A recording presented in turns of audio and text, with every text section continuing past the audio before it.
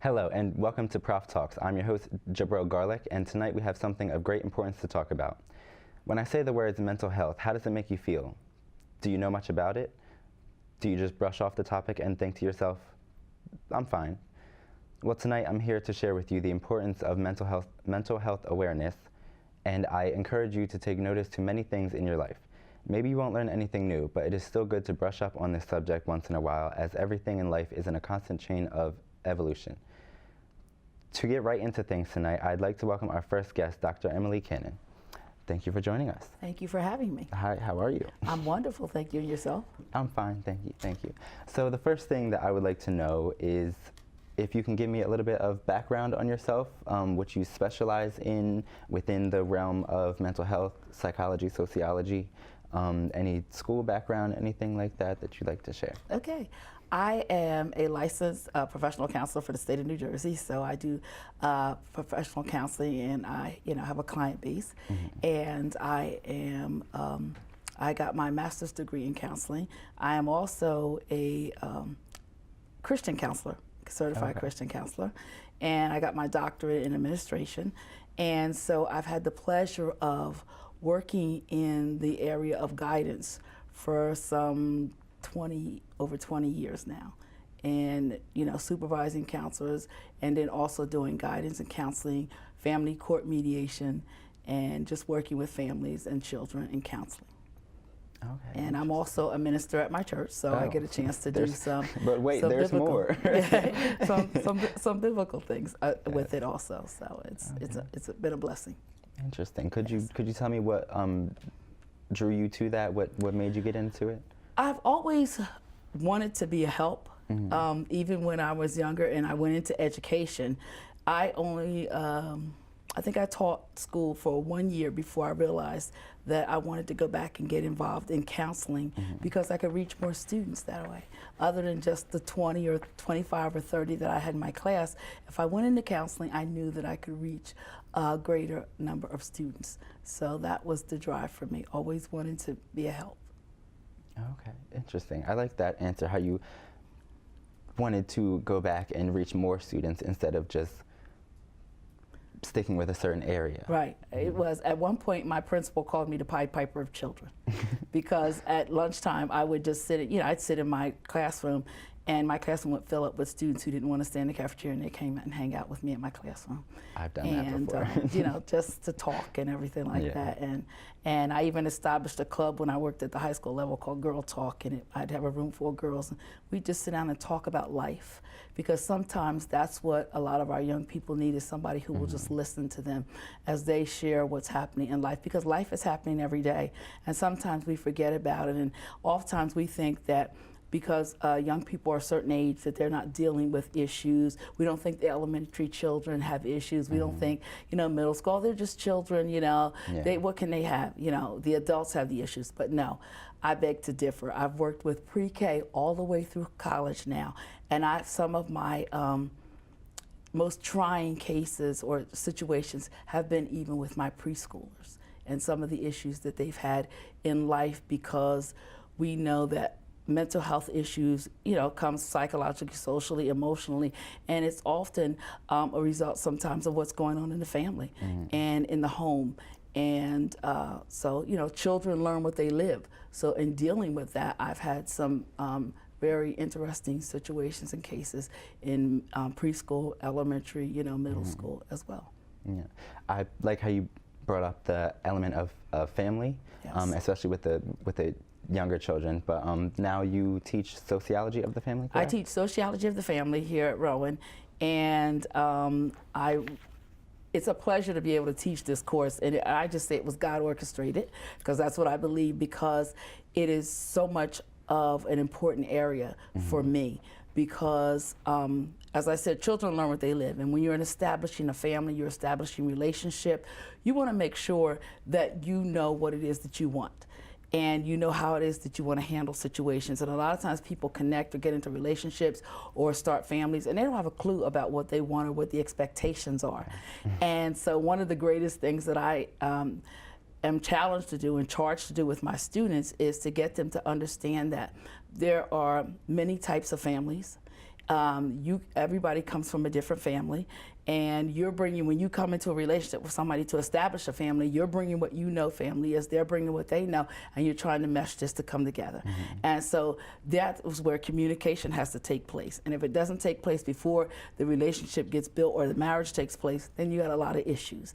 And then if you're not careful, those issues roll into a lot of problems, which then impacts if you start having children, the family, and therefore we have, families with a lot of various issues. And so in our textbook, it talked about marriage education, and I call it premarital counseling. And when I brought it up to the students at the beginning, they were like, we don't need to do that. And then as the book started talking to them about marriage education and how you need to, really get to know the person before you connect or before you get in this long-term relationship and establish a family. And they were like, this makes sense. And I was like, I told you. And everything like that, because, that's where a big part of stress can come from. Definitely. Family relationships I know that. can bring a lot of stress. Yes, very much so. Very much so. And, and a lot of times, because like I said, children learn what they live. You learned one way of doing something, somebody else learns another way, and everybody's trying to do things the way they think is the right way. And that can cause stress. And that can cause, a lot of conflict sometimes as well when you're coming together to establish family or, relationship. Yeah, a lot of the things you said kind of described my life at home. Okay, okay. Growing up. And it's very interesting, but I wanted to ask, because I'd assume, or maybe I shouldn't say I'd assume, but I would think you'd work with families from different cultures, minorities, and things like that. Do you have any perspective on that? That's another thing that we talk about in my class too, is that you can't make an assumption about why people deal with things the way they deal with it until you get to know them, because different cultural groups handle things differently.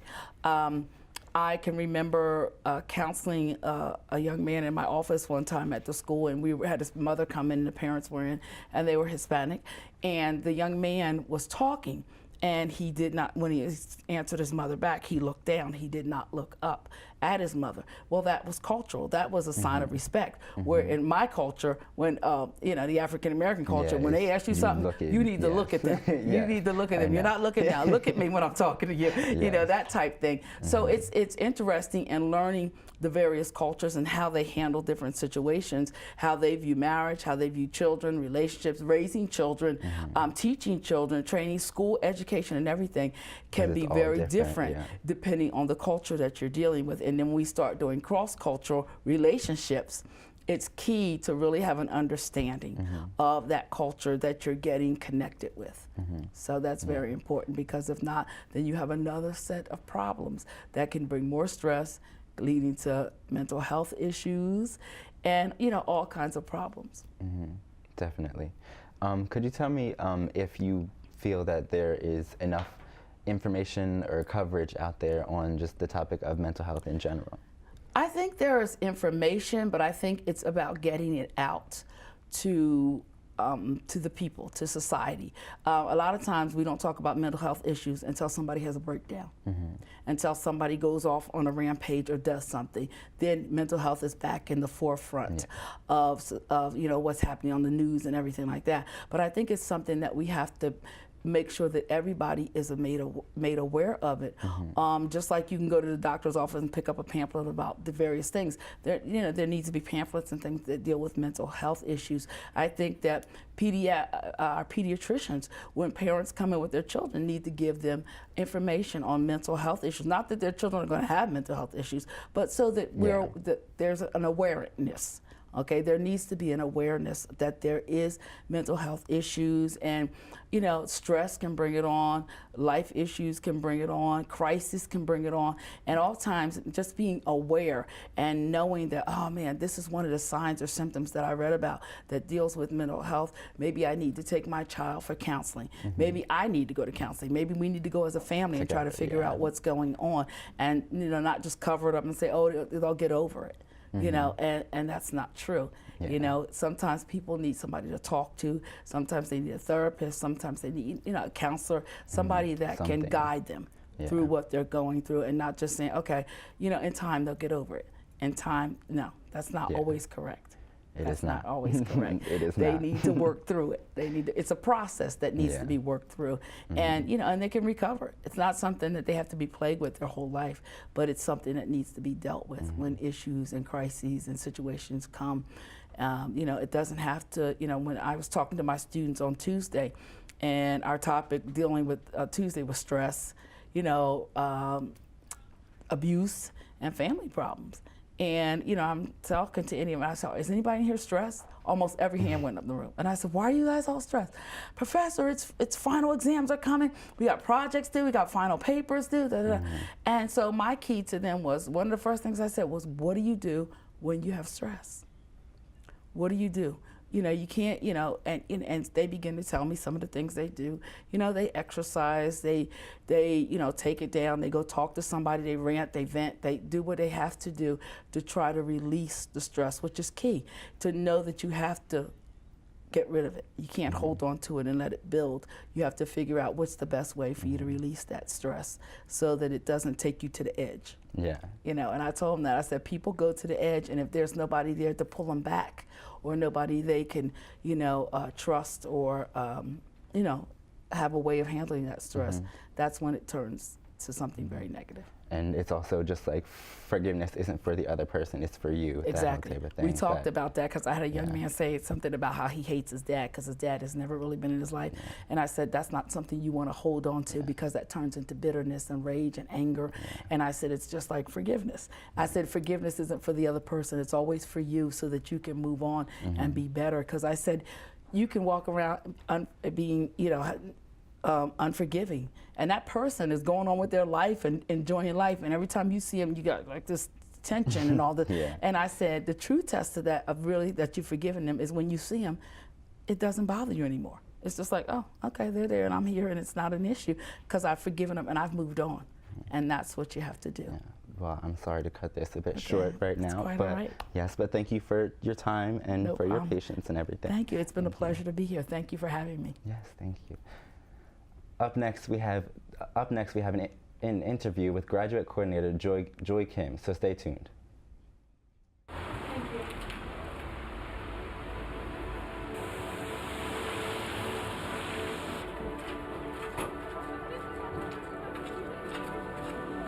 So my name is Joy Kim. I'm the graduate coordinator for Healthy Campus Initiatives, and I'm also a graduate student studying clinical mental health counseling. Specifically, Healthy Campus Initiatives, we run like student-led events regarding the 5 topics within our organization, like sexual health, mental health, drugs and other alcohol education, stuff like that. And we run like student-led groups. So we have SAS, which is Stress and Anxiety Student Support Group. We have Chill and Chat, which is exactly what it sounds like. Students come, they chill, and they chat. So there's a lot of options for students to turn to when they walk into this building. Like you said, there's tons of programs and events led by not only our group, but a lot of other people on campus within the Wellness Center. So students have a lot of avenues to turn to if they're seeking services when they come into the Wellness Center. Hitting this target audience is so important because there's a statistic that 50% of students who come into college have not talked about mental health at all. So high schools don't educate about mental health, and 50% of students don't even know, symptomologies and diagnoses and stuff like that. So it's really important to hit these people during this time because you're right, they go out into the workforce, they go out into the world, and you want to educate them and let them be aware of certain mental health disorders and things that could really affect them in their own personal life. So it's really important to have that conversation, which is why, shows and movies and actors and actresses, people who are influential in the media world, speak up about this because everyone's always on Twitter and following their favorite actors, actresses, Instagram, like everyone's following everyone. And the more this conversation happens, the more awareness comes about, and it creates a better society for everyone where the stigma is squashed. So I actually had a big event this semester that I created and ran. So in November we had the Student Mental Health Conference that I created, and it was a big deal because it was the first that Rowan had ever held. It was really cool because there was a lot of positive feedback about how this campus needed something like this, and the conversation had to happen. And you want to bring more light to a subject like this. So having a school-wide, community-wide conference being held here where tons of students and staff can learn together about this topic was really great. And there was a lot of positive feedback about how this is going to grow in future years and how they want it to keep going and stuff like that. So that was really cool to see. Kevin George from the Rec Center, he was our keynote speaker. So he spoke a little bit about his experience dealing with depression and just how he overcame it, and now he works with students who also suffer from mental health issues and how he helps them. So it was really, really insightful, really great. We also had about 8 workshops that mostly students ran. So another positive feedback we got was that it was really relatable to have a student stand up in the front of the room and say, this is how I dealt with mental health, and these are the things that I suffered through, and here's how to get better. It was really cool to see the students come together and learn together about this topic that is so important and needs to be talked about. It's definitely a slow-moving process, I think, compared to just a few years ago. The conversation is being, more talked about and more open. I think media has a lot to do with it. The way mental health is portrayed in movies and TV shows as a weakness, as something that is shameful and something that, no one should be talking about. And it's really tough because media is so influential, and kids grow up with this mindset of if I'm sad, I shouldn't say anything to anyone because it's they're gonna judge me and who's gonna help me. And a lot of it does have to do with personal experience as well. So I've heard many stories of how people did reach out to someone and that someone didn't help, that someone kind of brushed it off, and it's someone who you really trust. You wouldn't open up about something so personal to just anyone. And some people don't feel comfortable opening up to their parents, so they turn to someone, in the academic setting, at the workplace. So, it's important to know that there are multiple options, and it's not just a let's talk to one person, okay, they shut me down, I give up kind of situation. So, that's definitely also been a problem in dealing with that mental health stigma and that shame that comes along with it. We'd like to thank Joy Kim for the insightful interview and information on Rowan's Wellness Center. We'll be right back with our next guest, Dr. Rubenstein, after these short messages.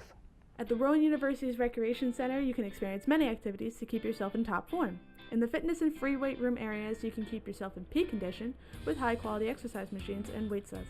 Next, you can stay in shape another way by swimming in the beautiful 25-yard pool. In the lobby, enjoying playing a few games of ping pong, the indoor track allows for runners to feel like they're back in their high school days. When you just want to play around, the 4-court gymnasium plus the 4 racquetball courts offer great activities. Come stop by the Rowan Recreation Center today. Rowan University's Edelman Planetarium provides educational and entertaining programs for the Rowan community and to the general public. It serves as a resource for astronomical information and involves other elements of natural sciences, education, communications, and performing arts in their shows. The Edelman Planetarium provides multimedia learning outlets for creative expression and a versatile domed theater. For any questions about upcoming shows, parking, or other useful information, please email planetarium@rowan.edu or call 856-256-4389. Welcome back. I'd like to introduce our next guest, Dr. Rubenstein. Hi, how are you? I'm good. How are you? I'm fine, thank you. Thank you for being here. Oh, it's nice to be here.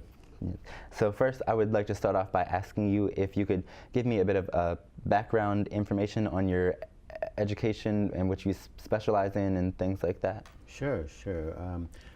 I'm a clinical psychologist, licensed psychologist. I've been in the field for about 30 years. I got my master's degree in social work first, and then from there I went on to get my doctorate in clinical psychology.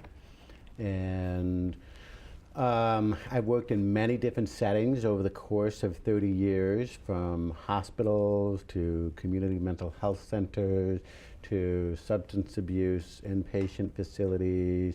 I started off my work doing individual psychotherapy, individual outpatient psychotherapy, and then started supervising other therapists in their clinical work. And then from there went on to manage programs, mental health programs and substance abuse programs, and from there directing programs, and then also teaching, doing a lot of teaching at different universities and different aspects of clinical care. And I've been here at Rowan University I'm coming up on 10 years in February. And congratulations. What's that? Congratulations. Yeah, thank you, Yes. thank you. It's been a pleasure being here. And right now I serve as a Vice President for Health and Wellness at Rowan University and Director of the Counseling and Psychological Services and Clinical Professor of Psychology here. That was a lot. Could you tell me what it means to you to be able to help people in this way? Oh, I love this work, and I really love having this job and being here in this university for different reasons. One is, at this point and in this job and in this role, I'm afforded the opportunity to take a look at what student mental health needs are on this campus, and match that up with what I know the clinical research says works and is efficacious. And then I get to help build and develop programs to match student need.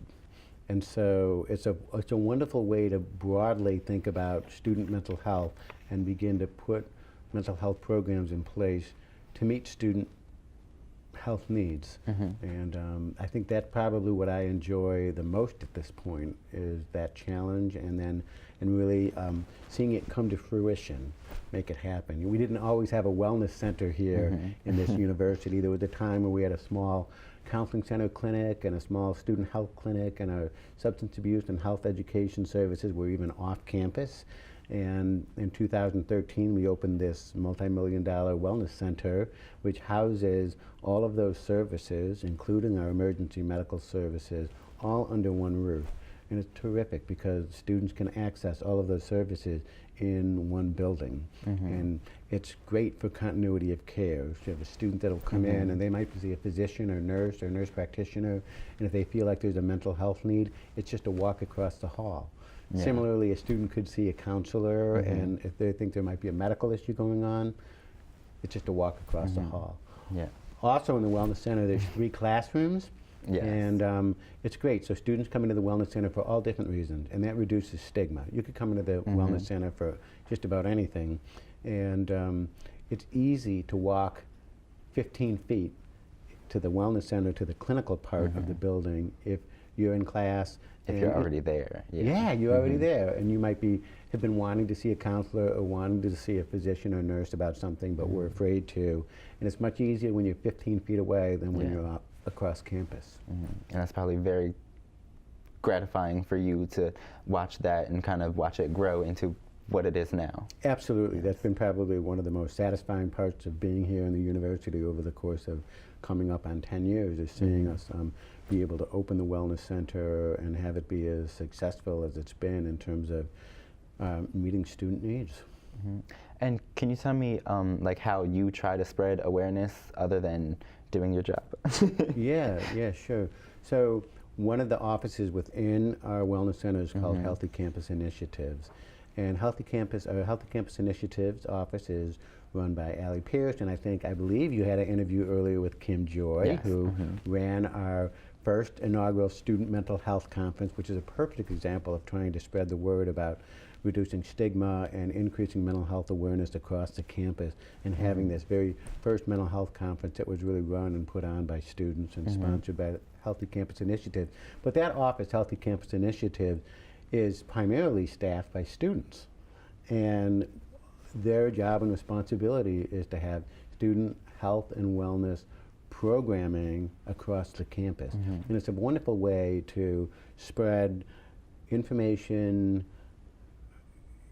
about how to stay healthy and well, and what signs and symptoms to look for if things are not going so well. And they've been just absolutely terrific in disseminating information across the campus about our health and wellness initiatives. Could you also tell me how you had mentioned stigmas earlier? Yeah. And like, how do you start to like break down the ideas of stereotypes and stigmas and things like that towards mental health? Yeah, I think the best thing that one can do is to talk about it. You have to talk about what is happening in front of you to be able to address it, think about it, and figure out the best way to treat it. And when it stays in silence, that's when people suffer. They suffer in silence, and that's when things go from bad to worse. And you have to create an atmosphere and a culture where it is okay to talk about depression, anxiety, suicidal thoughts, concerns around eating habits, concerns around sleeping habits, behaviors, substance abuse, all of those things. Those are all things that our country, our community, and our campus need to feel comfortable talking about in order for us to really address health and well-being as a campus. In other words, holding well-being initiatives is not just about the wellness center holding the importance of well-being, but it's about a campus being well-being informed, and how all of us hold that responsibility and accountability really for setting the priority and the importance of mental health and well-being on our campus. So talking about it and putting it front and center is the very best way to confront stigma.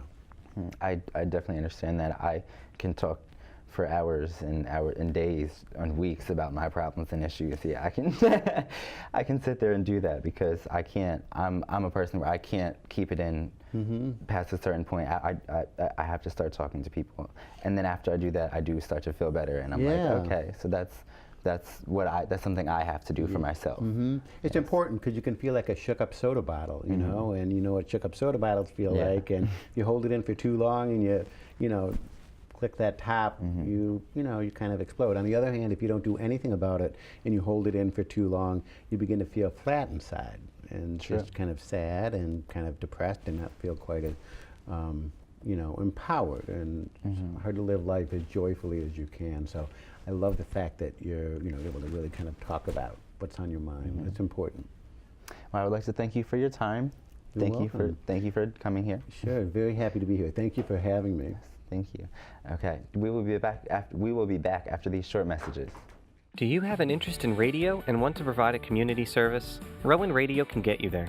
Founded in 1964, 89.7 WGLS-FM is an integral part of Rowan University. Rowan Radio broadcasts a variety of music and talk shows to South Jersey, Philadelphia, and Delaware, all brought to you by students and community volunteers. Visit wgls.rowan.edu to learn more about Rowan Radio and to see how you can be a part of 89.7 WGLS-FM.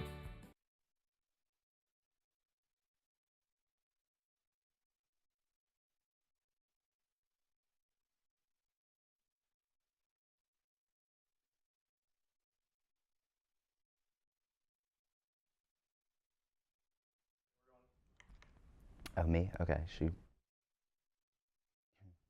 I have personally experienced and tried to understand the ways in which mental health has affected me. Like I said before, I encourage you to look at your own life and situations, whether positive or negative, and see what you get from them. How does everything culminate in your life, and how does it make you feel? At the end of the day, it is only us who can gauge how we feel. It's okay not to be okay, and it's okay not to have all the answers.